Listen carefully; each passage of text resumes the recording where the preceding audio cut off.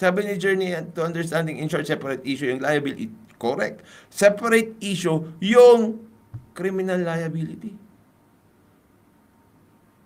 Oh. My gosh. Oh. Yung owner ng Inquirer ay Rufino Prieto Romualdez. Just connect the dots. Oh, mga kapatid natin, I have to go. This will be a series. Sabi ni Keep It Real, Inquirer under Tambi. Nakita nyo mga kapatid natin kung how they actually protect those people who have liability. Iba yung sinabi ng Supreme Court na hindi ito yung tamang kaso para malaman yan. Iba din yung pagsabi na wala siyang criminal liability. Inquirer.net, mahiya kayo.